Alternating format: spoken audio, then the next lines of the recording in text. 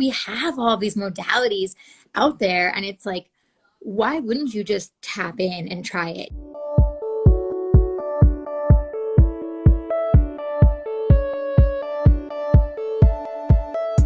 So you want to make an impact. You're thinking about starting a business, sharing your voice. How do women do it that handle motherhood, family, and still chase after those dreams? Well, listen each week as we dive into the stories of women who know. This is Call Me CEO. Hello, everyone. This is my first live on Call Me CEO podcast, and I'm really excited because each week as a new episode goes live, I am asking my guests to come and join us here on Instagram to give you a little mini episode as a teaser for the full podcast episode. So today I am interviewing Levine Design, who is a personal celebrity stylist in LA turned mom, stay-at-home mom, where she still does styling, and she also does some really cool other things that we're going to talk about in this episode a little bit. So I don't want to give away all of her secrets, but she'll be joining me here soon. So if you're seeing this for the first time, and it looks like she is messaging me right now. Let's see if she gets this. All right, so she should be joining us here to request to join live. And if you're here for the first time, please let me know where you're watching from. And for those of you who are unfamiliar with me or my show, my name is Camille Walker, and I host the podcast Call Me CEO, which celebrates women, particularly mothers who are building business. This is businesses from all over the world, all different types of businesses, whether it be brick and mortar, online, it can be product, it can be something they invented, it can be something, a tech company. I mean, we've done all sorts of different shows, and you can go check that out on Apple, iTunes, or anywhere else that podcasts are available, Spotify, or anything else. So I love sharing stories of women building businesses, and I found throughout this last year, I'm actually at a year now, that more and more people are opening their eyes up to pivots that they can do within their life, whether it be something you start as a hobby at home and then you grow it into a business, or if it's changing a career or having your kids go off starting the school or going off to college. There are all these different seasons in a woman's life where you can do something new. And so I think that's really powerful to realize that each one of us have different seasons in our life. And it's not that you need to know all the answers. It's really more about discovering what you can do with your time and your skill set, and that can change as you progress.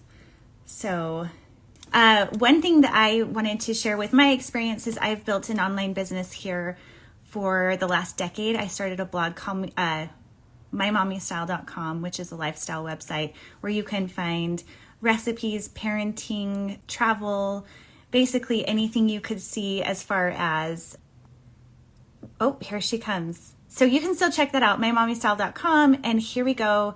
Here is Allie. Here. Okay. Allie, are you live? There she is. Hey! Yay, I'm so glad. I was like talking about all sorts of things, so I'm so glad that you're here. It's so good to see you. Hi, good to see you too. Happy New Year. Happy New Year. We were just discussing the different phases of motherhood and how that can change as we go through different phases. And you have a teething baby at home, which is a phase all in and of itself. Yeah, right. And her schedule lately has just been like, every time I'm like, oh, I got it. It's like, no. And the universe is like, just kidding. Figure it out again. Yeah, and that's how it goes. It's like just when you think you have it figured out, you get a curveball like that. So you're doing awesome. Thank you. So are you. Yeah, thanks. Yeah. So I want you to tell our audience a little bit. I was saying that we have an episode that has gone live this week where we talk about. It's so good. I had so much fun with you. It was such a great conversation. Thank you. I think so too. And man, you have your fingers in so many interesting things. I was telling my parents about the audio therapy that you've gotten yourself into and the breath work and being a personal stylist. I mean, there's so many things that you have to offer. So introduce yourself a little bit to everyone, and then we'll dive into a little bit of connecting with your authentic self. Okay, sure. Introduce myself. So hi, everyone. I'm Allie. I have been a celebrity stylist for over 12 plus years in the business, became obviously a mompreneur, had my 2 girls over the last few years. I have an almost 4-year-old and a 19-month-old.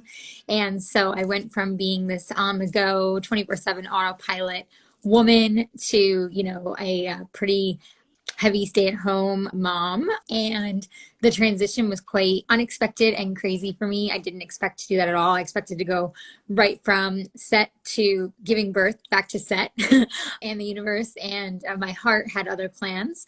And so, it was quite a ride and quite a transition. Now I call myself a mompreneur, still styling, but more, personal styling, and remote, of course, being with where the world is.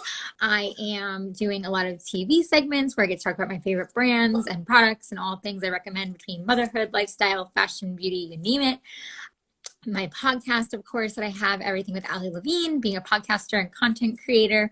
I'm launching a new podcast next month for 2022, my spirituality podcast, all about kind of my journey of all I've been through, which I'm very excited about. I feel like the world is in a place where we're starting to be more open to receive those kinds of messages. And yeah, I honestly call myself a mompreneur because I do many things. Like Camille said, I have my hands in many places. I really love getting to be a part of all different things and constantly learning and evolving and unlearning and relearning. So it's really cool. My recent journey has been in breath work, as Camille mentioned, and I got certified in breath work. I absolutely love it. I'm now doing workshops, a bunch of stuff I'm releasing for 2022. So it's really exciting. And it's funny. I laugh when people introduce yourself. I'm like, I wear many hats. I really at this point, I'm like, which version of Allie would you like me to get into? I can relate to that so much because I had someone just recently reach out to me this week and say, hey, I just bought a recipe book and your recipes in there. You create recipes? And I'm like, well, yeah, actually, I've been doing that for 10 years. That's something that on my blog, it was just another part of who I am. And so often I think we're told only pick one thing, be the expert of one thing, which I get that. But as a mother, the expert thing is you wear so many hats. There's no perfect equation to that. Exactly. And you know what? As a mother, you learn how to do all those things. And different times, you'll be in flow with something else. And other times you're feeling more lit up by something else. Why is it that we have to pick, even if you're not a mother, that we have to pick one lane? Especially nowadays, right? We see so much of the world kind of showing us that all these programs are kind of breaking down. Everything that we used to know is kind of going away. So it's how do you shift within that? How do you allow yourself to flow and not get overwhelmed and not get upset by the fact that maybe your routine isn't going to be the same, or something's going to shift, something's going to change. And instead of being overwhelmed by it, being cool, let me embrace this because I'm doing a bunch of things anyways. I can do everything. We all can if we actually allow ourselves to tap into that, And so I love that you said that about with recipes, because you're yeah, maybe I'm not focusing on that right this minute, but I do that. I just finished writing a chapter for a book that's coming out in the spring, and that's a new adventure for me. You know what I mean? It's we all have different things that we get to work on and find different things that really light us up and are a passion. And why do we have to pick one thing? Why does it have to be one lane? Why can't you just be the multi-dimensional, being I believe we are? Why can't you do all the things and more if it's activating you and lighting you up? And, it's more power to you. You're going to serve more. You're going to empower more. You're going to empower yourself and your family. I say go for it. I do too. Amen. I think that's what's so fun about the different phases of our lives too, is that we do change and we do evolve and we do kind of pivot in what we're interested in, and that's perfectly okay. Exactly. So with today's topic, we're talking about how to tap into your authentic self. And if you're loving this topic, I promise you're going to want to hear the full episode because we really dive into Allie's story. I don't want you to miss that. So make sure you listen to that episode. You can find the link in the bio. But Allie, talk to us about connecting with your authentic self, because I feel like that's where we get so much clarity and power, is when we can show up as who we are and be unapologetic about the ever-changing flow. Oh, for sure. Yeah, your podcast episode was so much fun. We had such a great time. So if you guys, haven't subscribed, definitely go subscribe and listen. The episode was it was so good. And I think it was so fitting, going into 2022. Mm-hmm. And yeah, I think that again, we're talking about where, you're told to pick one lane and you're told to stay in kind of one program and do this, and that's going to equal this. I think for me, after doing so many years of styling and working with celebrities, I was told I would do A, B, C, D, E, F, G, and that would equal happiness. That would equal financial quote unquote success, all these things. And it didn't for me. And I started questioning. And I think obviously my motherhood journey also really ramped things up for me, because I think when you become a mother, you awaken to a lot more, and you're a lot more in tune with things that maybe you weren't present to before. And so all of that was happening for me all at once. And I was like tuning in, and I'm like, why is everything so off? Like, why is it not resonating for me? And so when you talk about your authentic self, I think so much we look to the outside. We're told to look to social media, media, whatever, public figures, you name it. We're told to constantly look outside. And don't get me wrong, there's certain people you can be inspired by. There's different things that you can watch, all of it. I do too. But I think where the disconnect is, and we're learning this, I believe, more and more as things kind of progress in the world, is that we need to go within. We need to be able to tap into ourselves and know that like we have the keys within us, and trust in ourselves, and see that like, hey, the journey outward is actually inward. The more you do inward work, the more you're going to be able to come further outward and feel more comfortable and feel more confident and find those different lanes that you like and those different projects you enjoy and really thrive in them.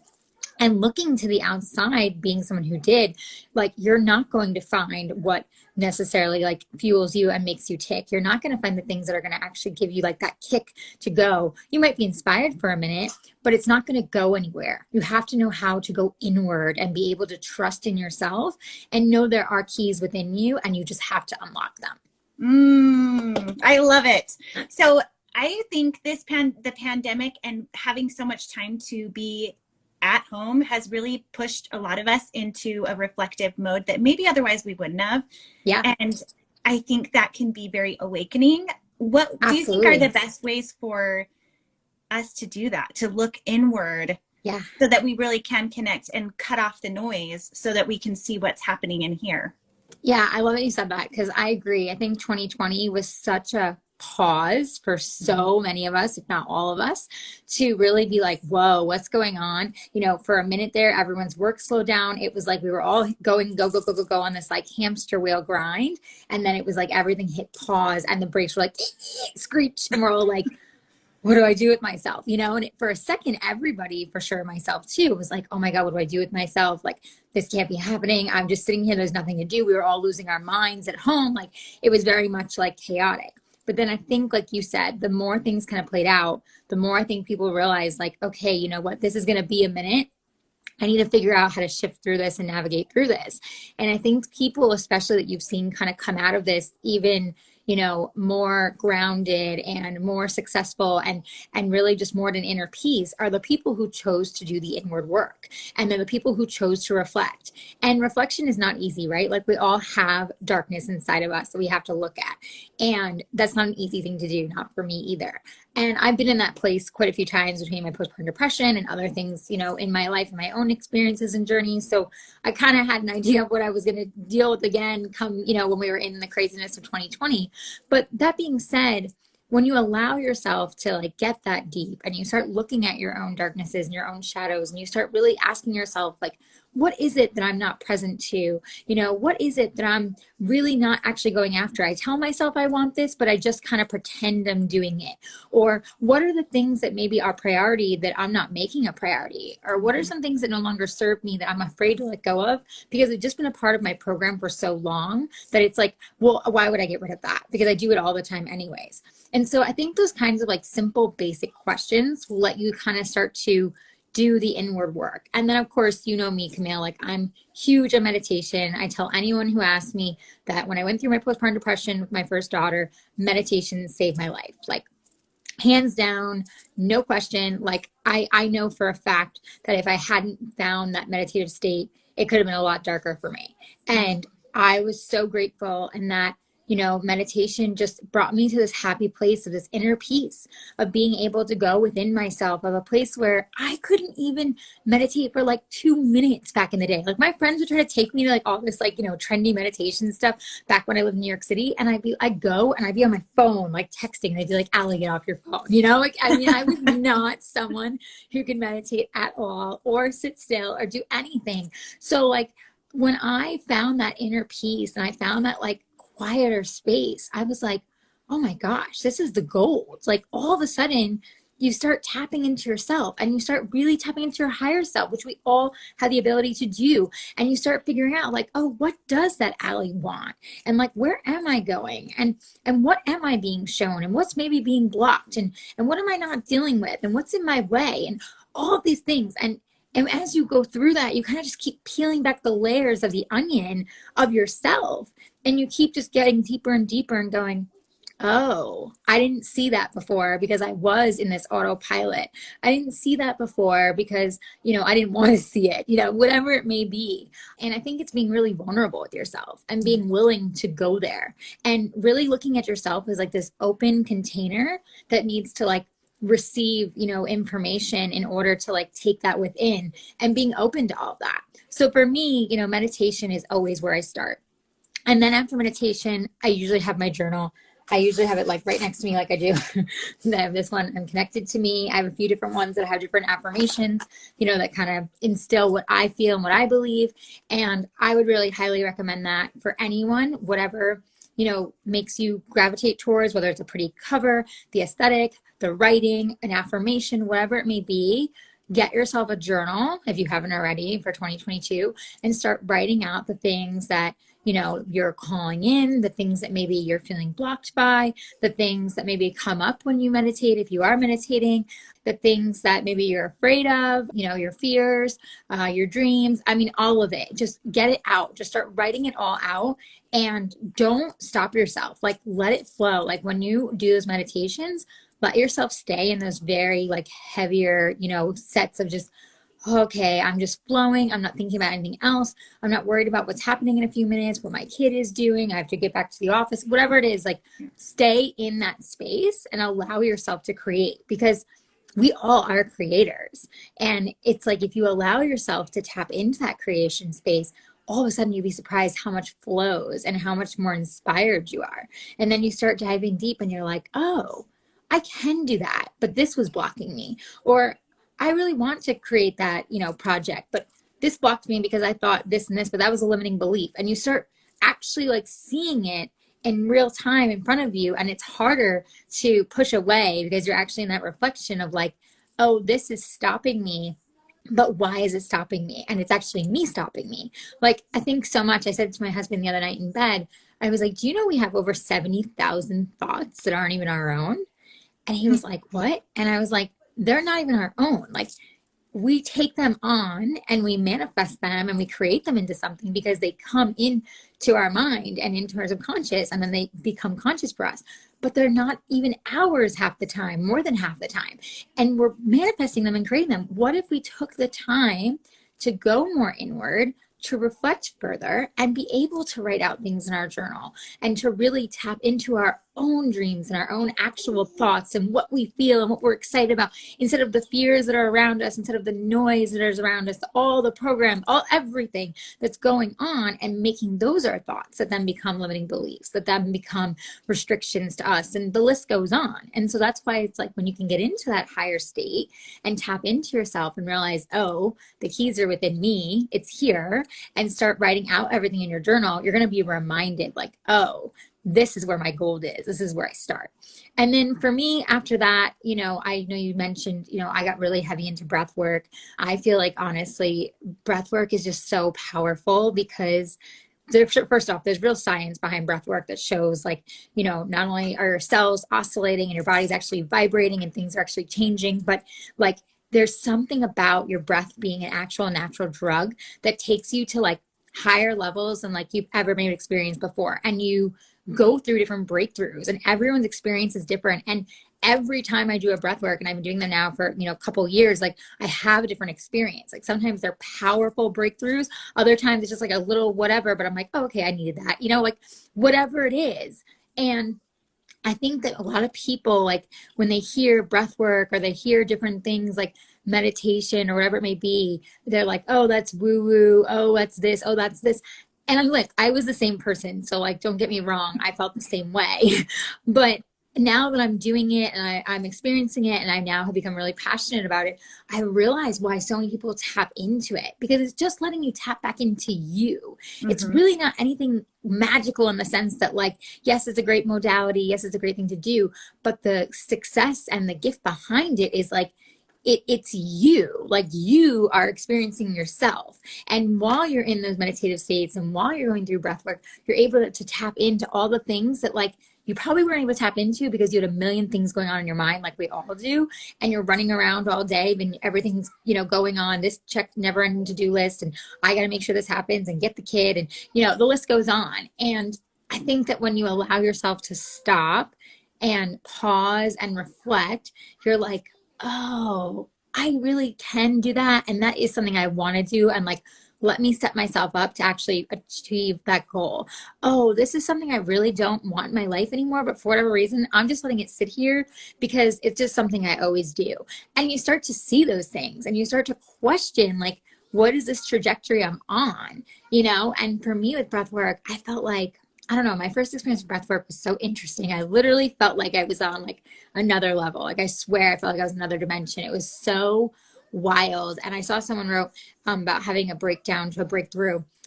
I believe personally, we have to have breakdowns in order to have breakthroughs.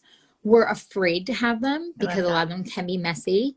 Mm-hmm. Some of them can be very emotional. A lot of them can be very heavy on us. But in order for us to move forward, we have to break down to be able to break through to our higher self and to that next level of ourselves, of, like I was saying, with the peeling back of the onion. And so when you think about the breakdown, it's like, allow yourself to release, allow the emotions to be there, allow yourself to be vulnerable and feel it all and experience it all. And just look at tears and look at crying and looking all that as healing. Don't look at it as something that's weak. Don't look at it as something that's vulnerable. We've been told this by society for so long, and it's really not true. It's actually really healing for you. Like, it's actually really good for your body, because you shouldn't hold heavy emotions. We shouldn't keep things stagnant in our body. It's how they manifest into all kinds of stuff, physically, emotionally. I mean, the list goes on. And when you actually tap in and say, I'm going to experience this, I'm going to allow myself to go through this, and we have permission to do so, and then release it, you'd be surprised how fast you move from your breakdown to your breakthrough. And that's what I've been experiencing over and over again as I do breath work and meditation, all these different modalities, listening to sound frequency, all these different things that help me tap back into myself. I start realizing, like, oh, wow, okay, now that I release that, I can move forward. And it's almost like, for me, I realized, like, that energy was so stagnant and it had to move or it was going to essentially bury me. You know what I mean? Now, I'm curious for those who are watching, and you said that meditation was uncomfortable for you in the beginning, and you're talking a lot of, I love the idea of breaking down before breaking through. Do you feel like that's something that you need a therapist help to do? Or how do you get from the beginning, very early stages of this to then having those moments for yourself? Yeah, that's a good question. I mean, look, everybody's different, right? So, like, you do what's best for you. If you think you need somebody, you think you need a therapist. Like, when I went through my postpartum depression, and I had different therapists that I worked with and a lot of different holistical people I worked with, they helped me to go through meditation. They helped me to go to cognitive therapy with all these different modalities and brought me into that space. But there are many people who do it on their own, who, find different modalities and therapies and breathworks and things that they just discover on their own, they're able to do on your own. I think it's trusting within yourself, right? It's being really much a open container and being really vulnerable with yourself and saying, I'm going to be open to this experience. I don't know what to expect. I'm not going to have expectations. I'm going to just allow it to be. And I think that's been one of the biggest lessons for me in my practices, is just allowing it to be, not expecting something every time, not telling myself this is going to happen or this is going to what's changed for me. Just literally being in that, like, flow state of surrender and letting go, and then being able to then go through those breakdowns. Because when I feel like I really just let go, and I say let God, and you just connect to yourself and connect to source, and you get into that state, you just start to experience so much on a higher level that if you're really that in tune with yourself and you're allowing yourself to be that vulnerable, you'll start to just feel the emotion. You don't even have to be thinking about anything. All of a sudden, you'll cry for no reason, or, you'll start laughing for no reason, or you'll get really annoyed, or whatever it may be, whatever that emotion or bunch of emotions are pent up that need to move, that energy will move within you. At the end of the day, we all are energy. And so it's like, when you think about that, it's like, okay, for all energy and everything around me is energy, then I'm picking up energy constantly. And maybe not all that energy actually serves me. So how do I move some of that energy that I don't want to be with me anymore? Well, you have to release it, right? And so that's why, like, so many people obviously love working out. People love getting in nature, like all of those things. And those are all great.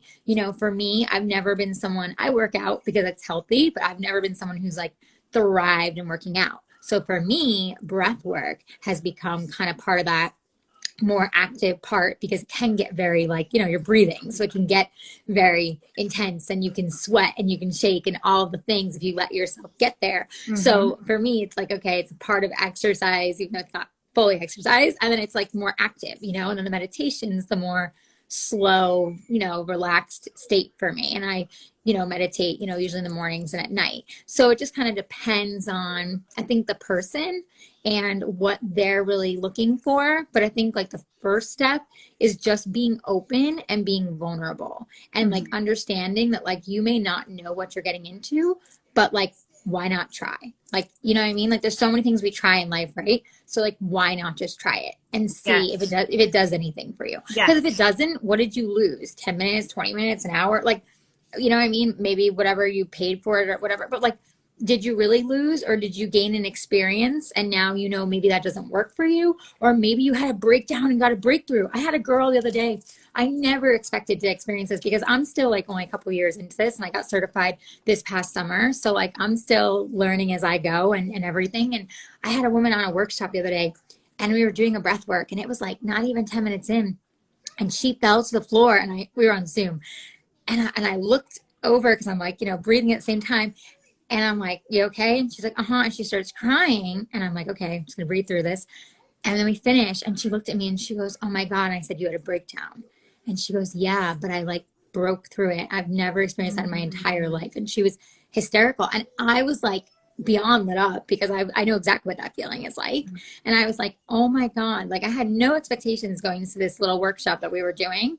And this woman's life was changed through doing breath work. Like, so powerful, So it's like, we have all these modalities out there, and it's like, why wouldn't you just tap in and try it? Like you said, like, I think 2020 really showed us, like, we need to pause, we need to reflect, we need to be more present in our everyday life. We're being called to, whether we like it or not. Mm-hmm. So it's like, what are you going to do to better serve yourself, to better serve your family, your community, whatever it may be? And I was just blown away, Camille. Honestly, like, she was like, wow, I've never experienced that type of release in emotions like in my life. And I was like, wow, and it was so powerful. And it was just such a confirmation for me of knowing like why I've gotten so hyped up on this, Yeah, I think that what's really powerful about this is that we so often want to control everything, and there are so many uncontrollables. Oh, yeah. But if we can put in our time and give ourselves that time to self-discover and self-reflect and change the inner workings of our mind, that is one thing we can give our time to. And we can control that time, but it's releasing and allowing that space for transformation. So I think that that's so powerful. Yeah, and I love that. Yeah, there's a comment here from Lily that I loved. I pinned it. Hi, Lily. Hi, Lily. She says, I think that's the problem with a lot of people, including myself. We expect something to happen, and when it doesn't, we give up. Because I think we're so used to like that instant gratification. I press That's Netflix, the programming, go, right? Go, you go, do go. this, yeah. This happens, you do that, this happens. Like, we've been, conditioned in that for so long that it's like, when it doesn't, it's like, oh, well, what's wrong? Why isn't it happening? Why isn't this? Yeah. Exactly. And you get into victim mentality, like raising my hand, like, something won't happen. And I'm like, oh, well, what, why did that not happen? Like, and it's like, instead of just being in that victim mentality, it's like, no, go more inward and be like, okay, what is this trying to show me? What is this lesson? What am I going through? And be more vulnerable to receiving what maybe you don't want to know or hear, but you need to in order to move forward. I think so many times like people get stuck, like especially entrepreneurs in their careers, like I have so many times. And I realize that moment where I start to get to like burnout now, because I'm more conscious of it, especially after 2020, I pull back and I let myself reset and, relax and be productive in the sense of rest. And I notice that like when I do that, I allow myself to break down in order to get to the breakthrough. But, it's just funny, right? Because it's like, I think that people don't want to necessarily hold themselves accountable, like my good friend Chris is saying right here. Exactly. It's all about your own mental well-being. And for so long, the programming and the different things around us have kind of told us how to be and what to do, good or bad. So we've just done that. And now we're being called to be way more responsible for, sure, honey, then come get it, to be more responsible for our own lives and to really step into ourselves and step out of victim mentality and say, like, how am I going to hold myself accountable? How am I going to let myself go through this so that, go ahead, honey.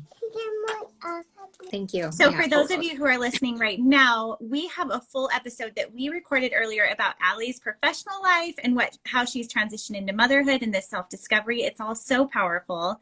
And I know that I promised we would keep it short for you. You've given so much to work with. I just love it. We could talk forever. Yes. Chris, thank you, love. You're so sweet. I love you. Yes, I love you too. So one thing, just to wrap this up connecting with your authentic self, we're going inward, we're getting curious, we're creating space for that uncomfortable to get comfortable. We talked a lot about that in the episode, and I love that so much. And looks like your friend Chris here says, I have seen Allie evolve and grow in so many ways. She's a huge inspiration to me. Oh, I love that. I love you, and Chris. You are such a gem. Oh, thank you, love. Thank you so much for helping others show up as their authentic self. I want our audience here to know where they can connect with you. And then, of course, to go to Call Me CEO so you can listen to more of Allie's story.